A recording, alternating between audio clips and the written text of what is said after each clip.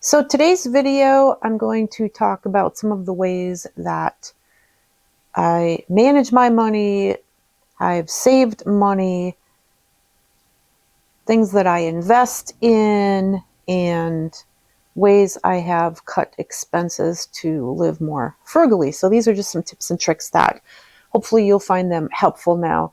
This is just my personal stuff that I do. I'm not telling anybody else what they want to do, because if you're anything like me, I don't like being told what to do. And yes, sometimes that means I have to find out the hard way, but such is life, right? So one of the things that I want to talk about is, budgeting versus not budgeting. Do you budget or do you not budget? So I don't know if I get really nitty gritty with budgeting, but I do write down my monthly outgoing expenses every single month. And I actually just do it on one of these little legal pads here. So I use these for work, so I always have an extra one. And each month I put the name of the month, the budget, and then I write down everything that I have to pay for that month. So for example, my mortgage, my electric. Now I live out in the country, so I'm on wells, so I do not have water or sewer that I have to pay for. My vehicle insurances, my internet. I do have pest control out here, and then my cell phone and my trash pickup, and then my gym membership, which yes, I do use that. And then I have a couple of animal rescue charities that I donate to each month. And then I have a couple of credit cards that I use. So one of them is my Capital One, and then another one is my Chase Amazon card. So I have other credit cards that I never use, and these two that I do use, I pay them off either every single month or twice a month. Like if I buy stuff, and then I'll just pay the balance, right? That's just me. That's how I roll with that. So what do I use those credit cards for? Well, the Chase Amazon one, I get dollars back or whatever they call that program. So there are things that I do buy on Amazon that I either can't get in the store all the time, or I can't find it all. So some of those things would be my pet care supplies and my electrolytes. I do get those on Amazon because I can't find those, in the store, at least the brand that I like. So some of those things. Now, what helps me with having this is I have it all listed out when it comes out of my account. And then I also have what that monthly amount is. Oh, and I also contribute to my investing account every single month. And that is through Fidelity. And I actually really like Fidelity, and there's other ones out there.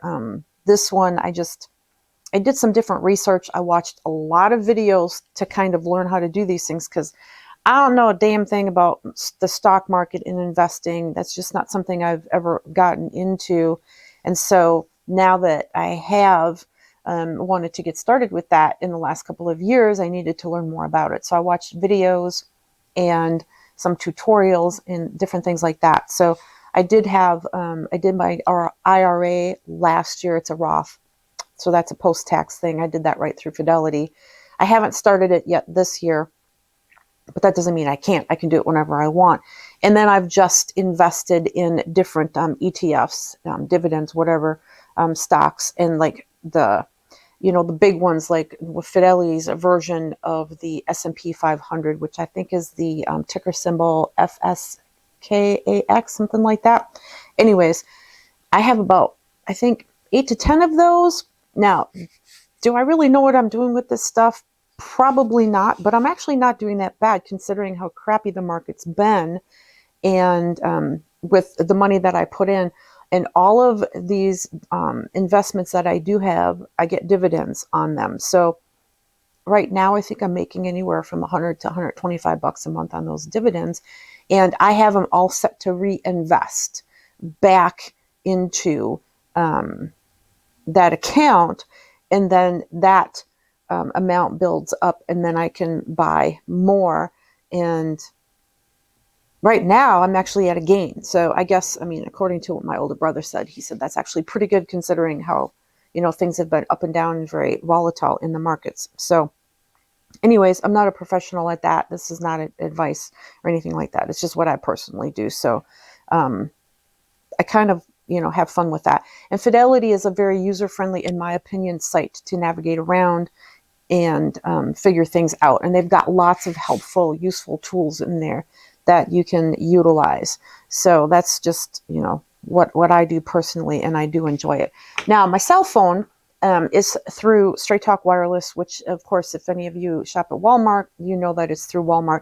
I did have Verizon probably 5 years ago, and they kept raising my bill every month, even though I was having the bare minimums, and it was like up to $85. And I was like, well, the hell with that.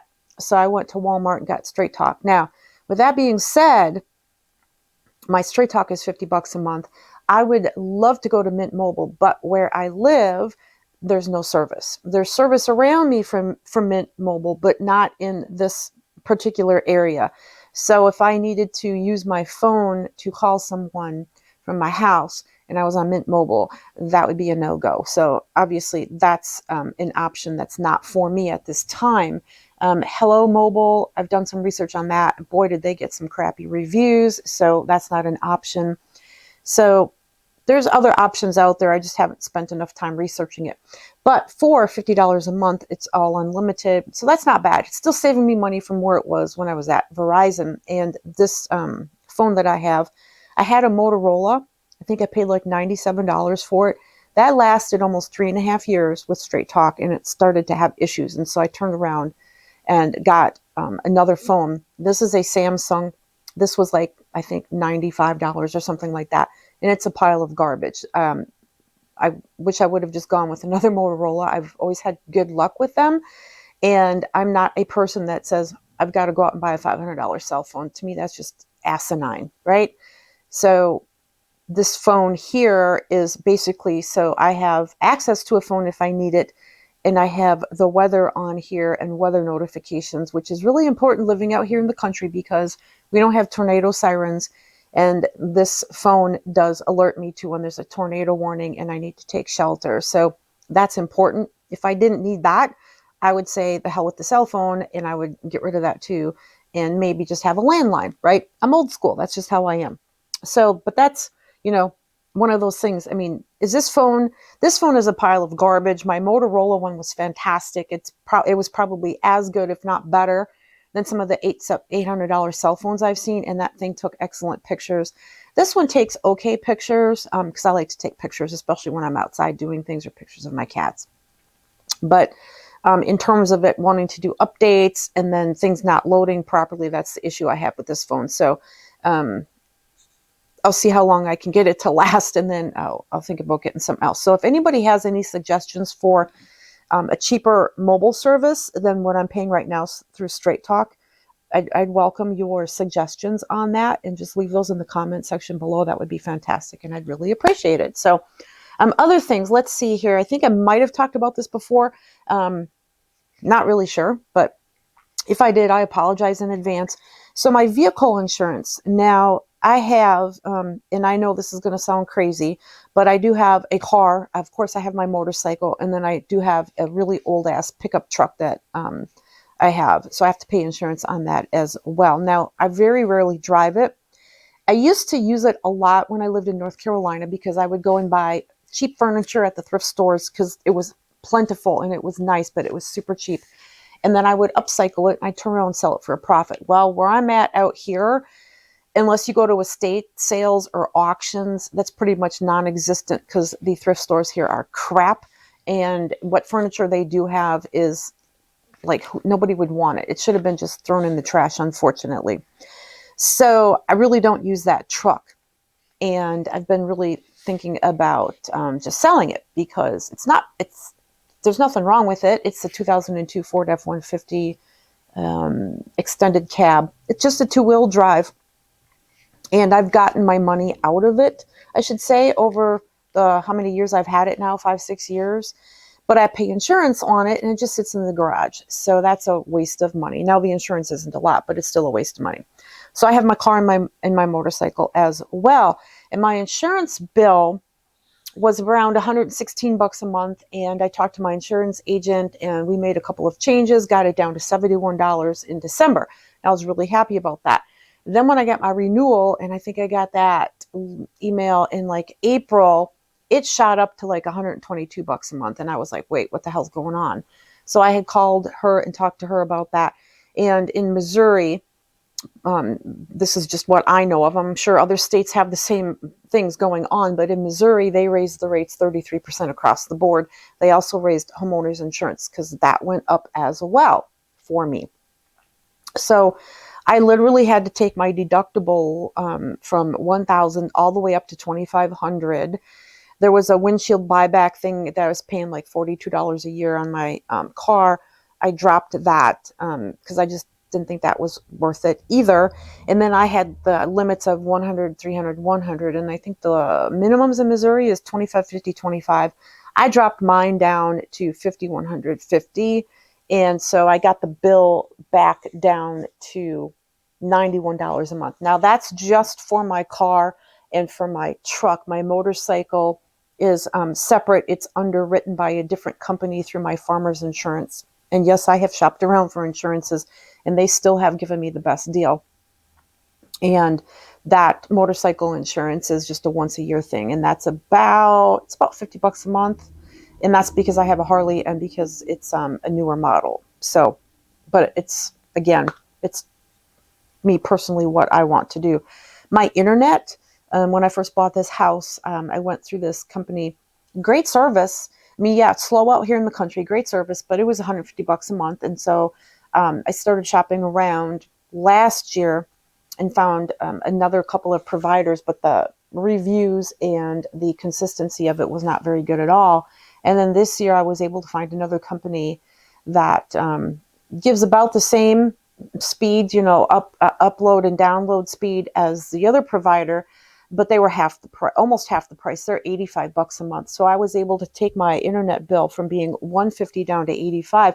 And that sounds like a lot, and it is. It's a flip and rip off out here in the rural areas because you're very limited with your choices. I don't even have cable TV. This is just internet, just so I can keep my damn job because, I work remotely.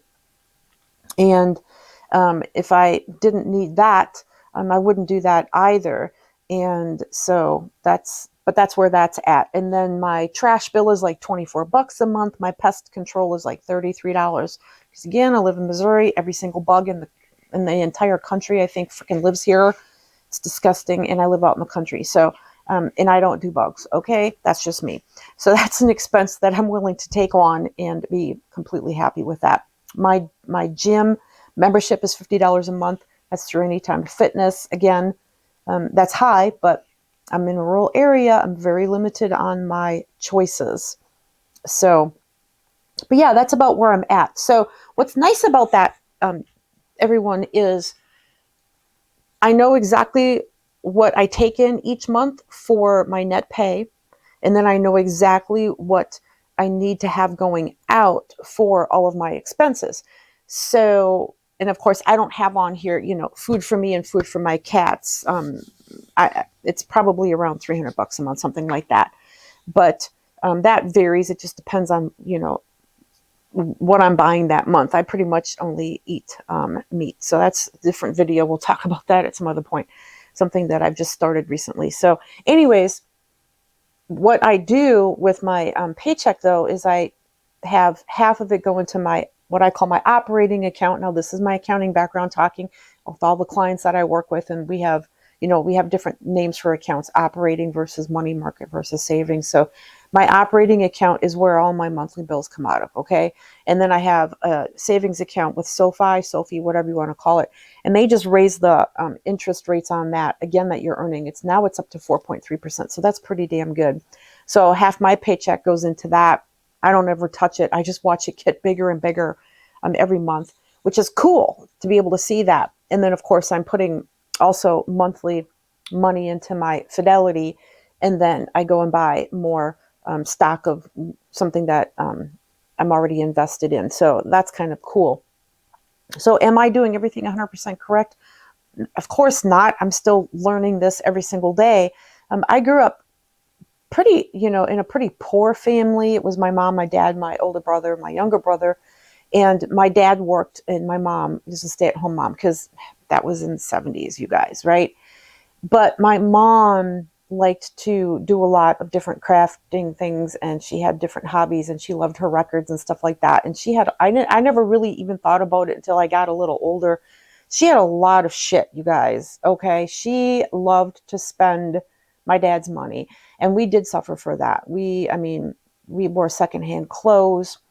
We were considered, the poor kids. We had a lot of poor kids in our community. We were in a very small rural community in north central Wisconsin. That's where I grew up. And so, um, that spending that she did, I think that carried over to me as an adult when I grew up and was 18 and I moved out of the house. Well, I got thrown out of the house, whatever. But when I was on my own and I started making my own money, I got into that habit too of, well, shit, I like this. Let's just go buy it. And that really hurt me financially for many, many years. And of course, I'm not married. I've never been married. I don't have children. So I don't have a second income to help with any of that stuff. I don't have the expenses of having children. Now, that's not a bad thing, having children. Obviously, it's just something I've never wanted to do. But I'm a one income earner household. So if my income goes away, I can be up, creek without a paddle. I don't think about that stuff. It's just whatever. Life is what it is. We can only control so many things. So now that I've looked at things in the last how many years of, oh my God, if I wouldn't have been blowing all this money on stupid shit that I didn't need, even though I was thrifting all the time, I was still buying way more crap than I needed. And then I'd turn around 6 months later and be like, well, I'm bored with that, and I'd get rid of it. And seeing that money in and out really made me realize what a dumbass I was. Okay. And I have no problem admitting that. I'm not perfect by any means. And I have a lot to learn about a lot of things. And there's some really good YouTube channels out there that have helped me a lot. And me just coming to terms and having a come to Jesus meeting with myself and saying, you know what, you're going to be, 50 years old. And this was 4 years ago, because I'm 54 years old now, realizing that I have nobody that is going to be taking care of me, and I have no backup plan. I better get a freaking backup plan in place, right? And so I'm fortunate. I make really good money where I work. I've been there for 11 years. And yes, I'm sick of it. I hate working on a computer all day, but it is what it is right now, be that as it may.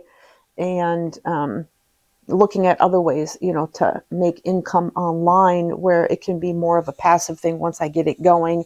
Not per se this YouTube channel. I kind of do this just for fun, but I would like to start some courses maybe on things and maybe helping to teach people how to do accounting stuff, because I've been an accounting teacher for 11 years for the software company that I work for, and I'm very good at accounting. I mean, I'm amazingly good at it. I suck at a lot of different things, but accounting doesn't happen to be one of them. So it's not the most glamorous job. It's not the most exciting and fun job, but it does keep a roof over my head and food in my belly, right? So anyways, if you're out there and you're struggling and you're trying to figure out things, just kind of pick apart like what your outgoing expenses are and go through them one by one and see, where can I save money? Can I change my internet provider and save money? Can I change my cell phone provider and save money?